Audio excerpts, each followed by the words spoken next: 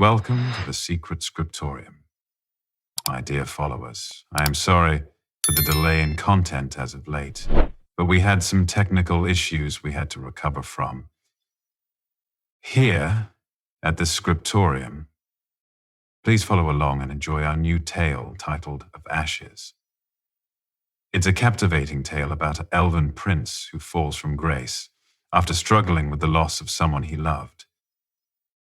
Please listen along and like and share this video if you enjoy the content. Chapter 1. A Kingdom of Ruination.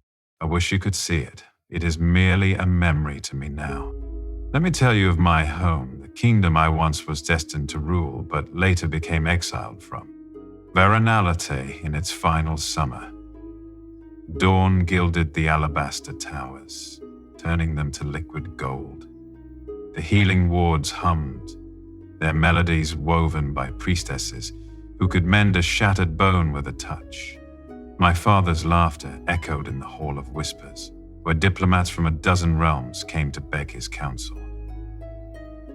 War is a failure of imagination, he'd say, pouring tea for ambassadors who secretly sharpened knives under their cloaks. My love Realis hated the hall. She dragged me to the Sunspire Gardens, where waterfalls plunged into pools so clear you could see the carp glittering like submerged coins. Your father's peace won't last, she once warned, plucking a moonflower from the water. The world is hungry, Draethir. It eats gentle things first. I kissed her that day. Her lips tasted of mint and rainwater. I have known her since we were mere children, playing in the grottos, looking for the doors to various other worlds.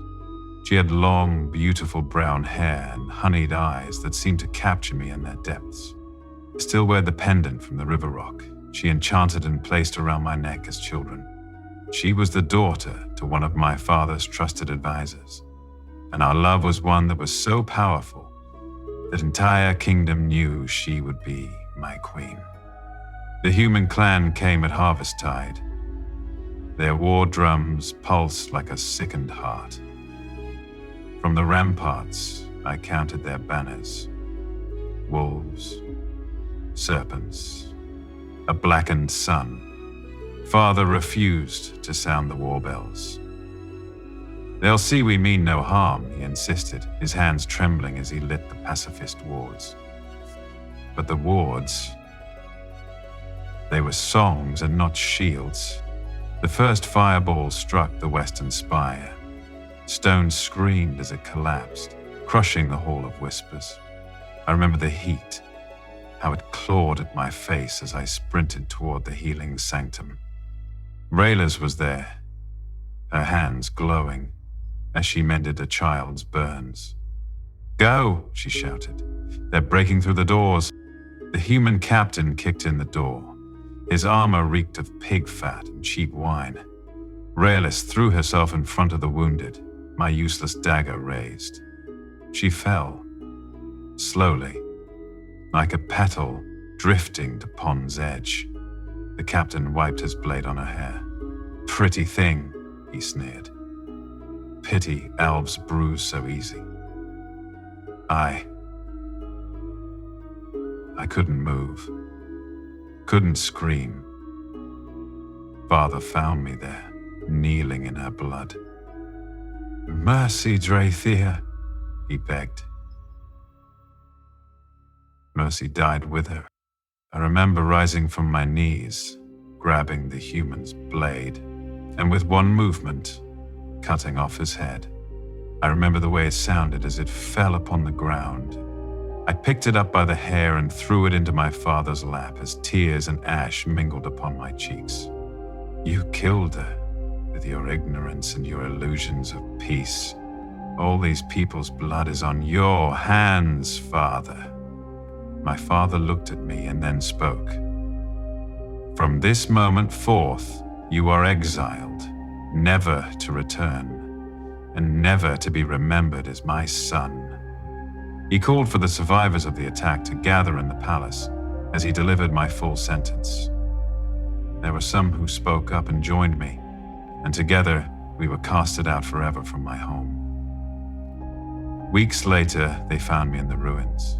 12 survivors, a butcher's tally. Kaelor, his left arm a mangled stump, dragged himself through the rubble. "Prince," he croaked, "they're burning the orchards. We go east." Now, Lyria clutched a grimoire to her chest, its pages singed. "The Blackheart Mountains," she hissed. "The Old Ones wrote of a valley there, a place of power and price." Nessa, her braids smattered with ash, spat at my feet. "Your father's weakness killed us. Why follow you?" Kaelor pressed his blade to her throat. "Because he's all that's left." We walked. The forest turned skeletal, their branches clawing at a starless sky. Nessa vanished on the third night, swallowed by a crevice hidden under snow. Her scream lingered. The Blackhearts welcomed us with storms. Hail shredded our cloaks. The wind stole Lyria's grimoire.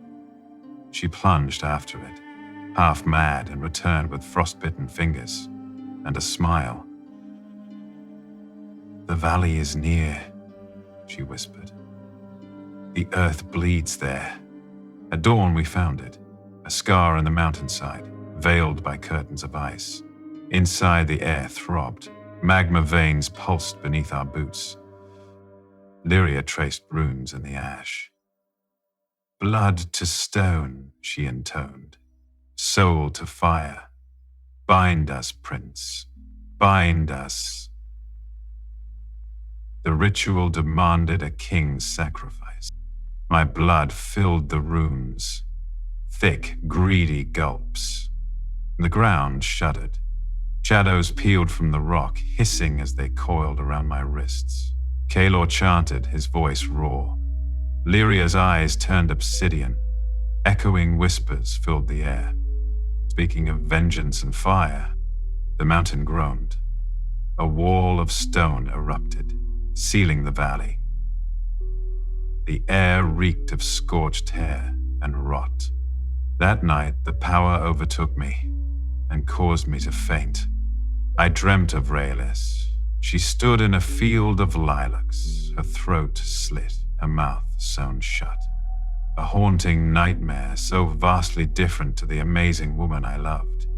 I knew it was the mountain testing me, if I could withstand the horrors within. I woke to Kaelor shaking me. "The mountain obeys," he said. "Now we build." The end of chapter 1. If you enjoyed this content, please remember to like and subscribe, and stay tuned to the Secret Scriptorium, where we explore captivating tales and various lores.